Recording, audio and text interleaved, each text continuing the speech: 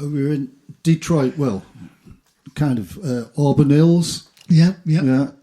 And I was there with Robert Plant and Jimmy Page. I'd just been diagnosed with high blood pressure, right? And the guitar player used to be in The Cure. And he was teaching me this deep breathing to keep it down. And I used to keep track of it, write it in the itinerary, what my blood pressure was. Go and see the doctor at the gig, because there was always a doctor backstage. Right. So I'd go and get checked. And I went this day, I went, "Oh, can you do me blood pressure, please?" He went, "Yeah." "Can you we'll just sit there for a minute, we'll do it again."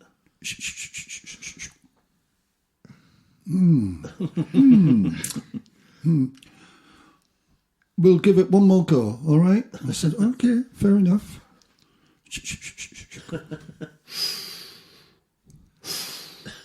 "Can you pop this under your tongue?" I said, "What's that?" They said, "We think you're having a heart attack." I said, "You're kidding me? I ain't having no fucking heart attack." I said, "I've got to get the band on stage in fucking 5 minutes." I said, "I will have a fucking heart attack if I'm still sitting here in 5 minutes." They went, No, seriously, we've already sent for the ambulance. I'm going to take you straight to hospital. You're having a heart attack. I said, "I am fucking not having a fucking heart attack." I said, "Now you're stressing me." Really? "You're fucking stressing me now." I said, "No, I'll come back." I said, "Let me get the band on stage. I'll come back. And if you still think, I'll go off to hospital. Okay? Just let me do my job. 5 minutes, I'll be done. When you hear the music play, I'm back." Anyway, as the band that are on the stage, they just started up. Some fucking maniac in the audience started stabbing people. And he run down, he punched this, little usher girl. He punched her in the face. She had claret all over. And he jumped off the balcony into the backstage area. And he had this knife in his hand. And he was trying to get on the stage.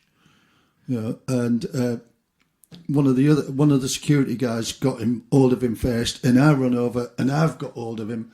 And then this guy called Rangy, who was a Kiwi, fucking built like a bull, right? Part Maori. I was saying Maori. Fighters. Warriors. Well, yeah.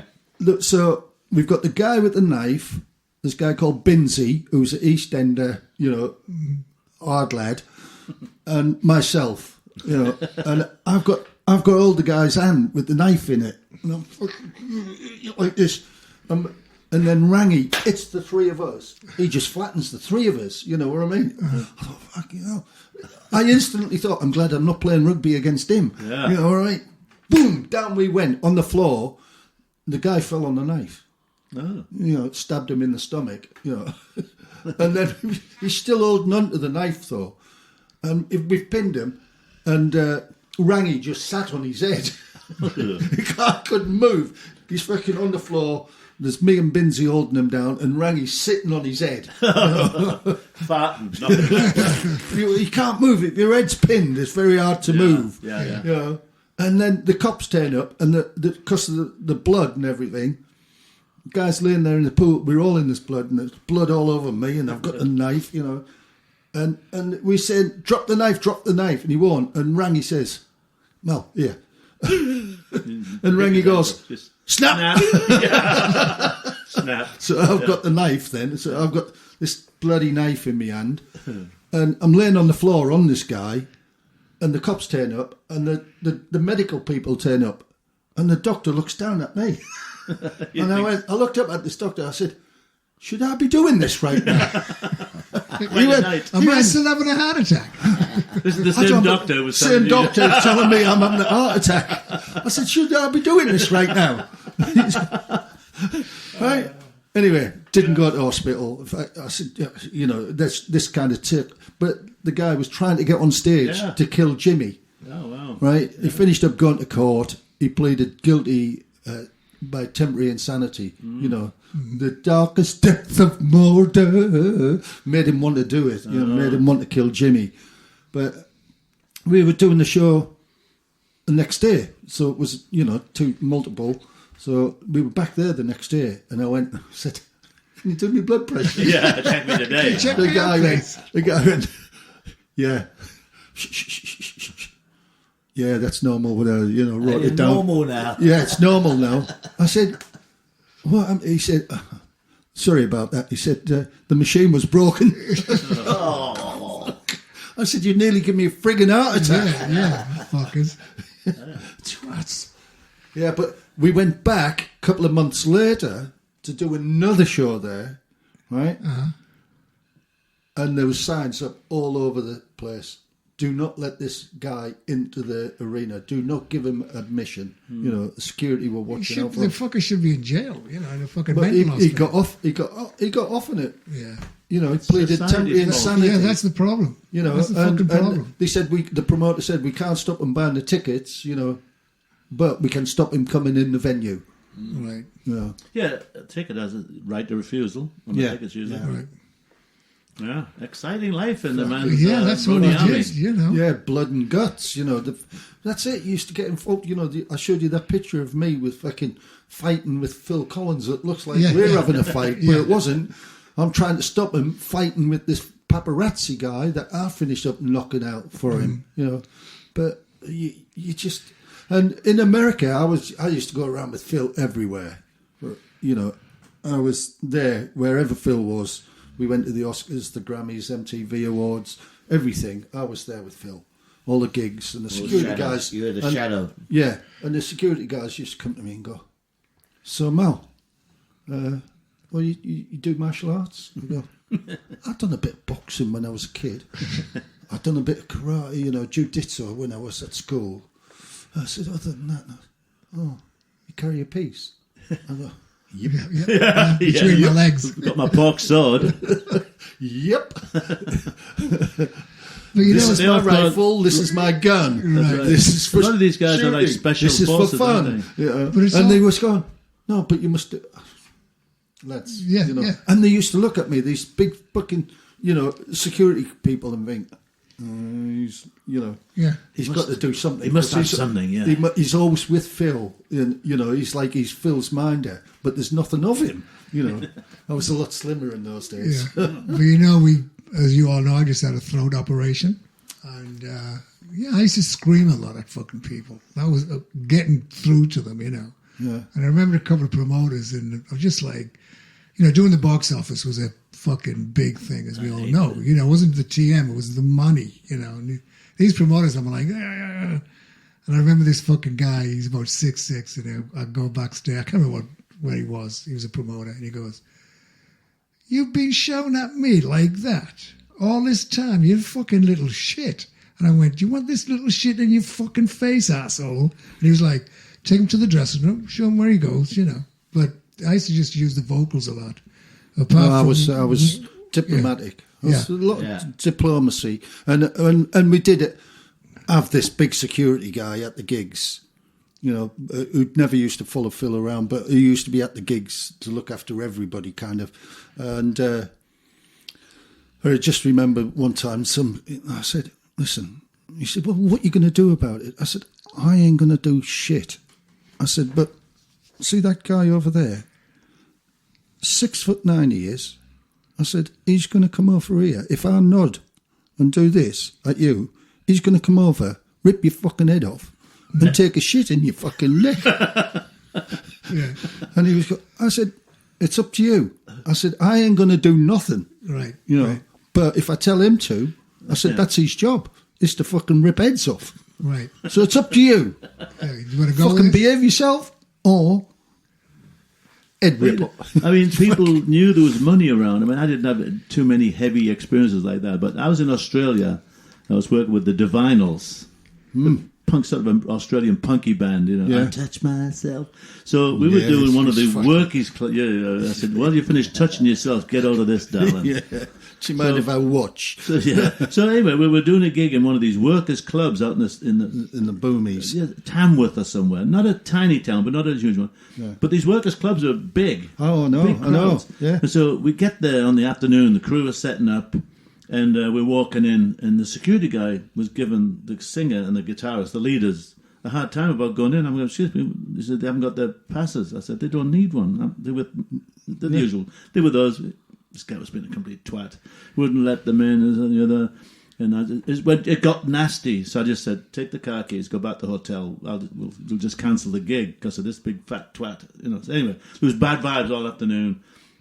The promoter came down, the social secretary. I said, look, this big fucking idiot's just been unnecessarily this, that, and the other to the stars. I said, they've gone back to the hotel. They'll only come back if I tell them that, there's something. So make an apology or some sort of thing. Anyway, did the gig. The guy made a really fake apology.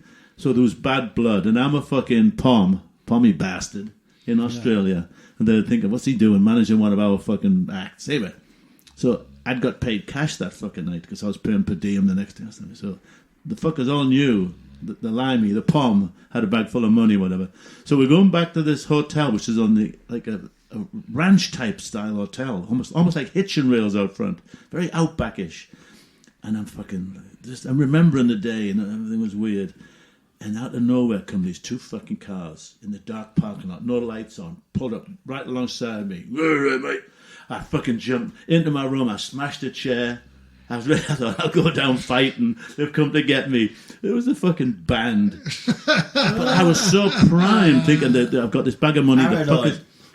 But you're a target. Bag of money in the middle of nowhere. Everybody in town knows where you are, where you're staying, what you're fucking doing. Yeah, you are. I've got one of them on the tour with Genesis, and the finish of the tour was 4 nights at Wembley Stadium.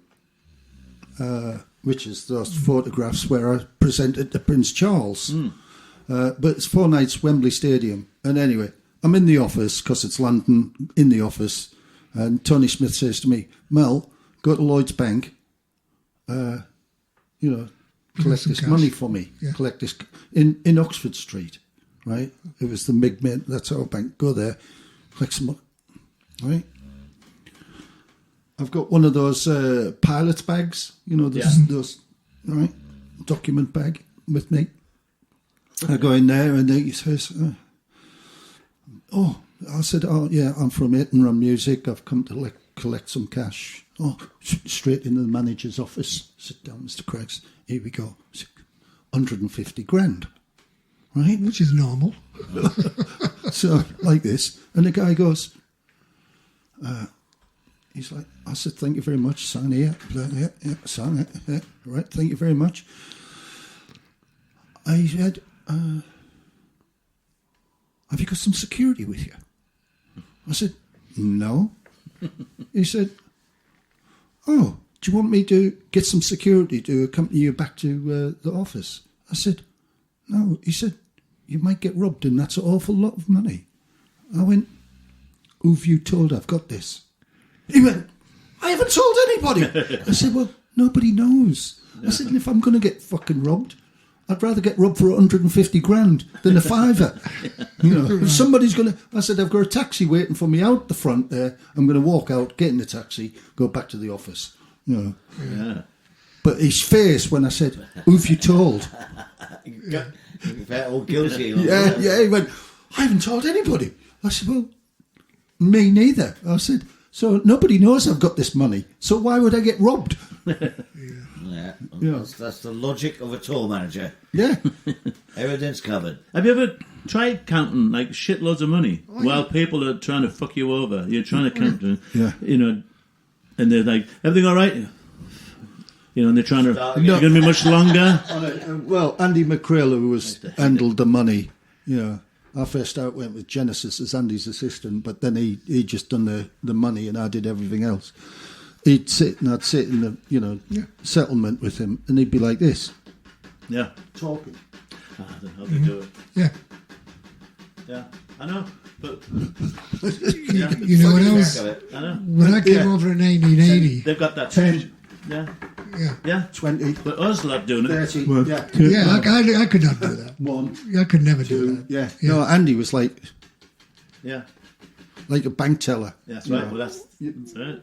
Again, see there again. You come from fucking Wagga, Hartlepool, and here you are handling money. All these little skills you had to fucking somehow learn. You either did or you didn't. Yeah. It's amazing. I mean, these days it's all direct debit, Oh, and bank transfers, and Bank, shit, you know. bank transfers, It's a lot everything. safer, Yeah, but- there was a lot of cash when Lot of a cash. lot of cash around back then. You know what I Well, mean? in A lot of 1980, cash. T-shirt money, the Allman merchandise. Brothers tour accountant, same thing. I'm in London, and they give me 150,000 in American dollars Yeah, in a money belt, and I'm like, looked at Steve Masarski, who was the manager, and I was like, what am I supposed to do with this? He goes, in case you need it.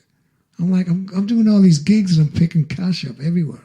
yeah. And I'm getting Deutschmarks, I'm getting francs, I'm getting everything. I said, Nightmare. I don't need this 150 grand. He goes, well, I'm flying out in about an hour, so your problem. See ya.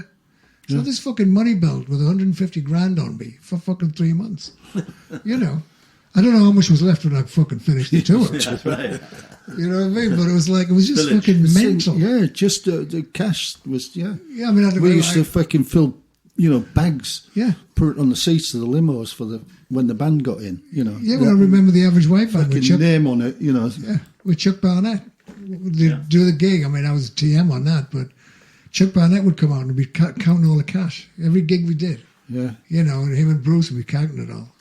Yeah. And they'd go, Wilkie, count the ones. Oh, for fuck's sake. It was just everybody, all of us were getting involved. It was fucking cash everywhere. It was just mental. I mean, the kids this day and age are doing these tours. Didn't have to deal with that stuff. Can you imagine if they were having to carry all this money around? They'd be so paranoid. Oh God, they'd be doing a granny. Fuck, they were smashing up chairs to protect them. Well, I thought I had a case.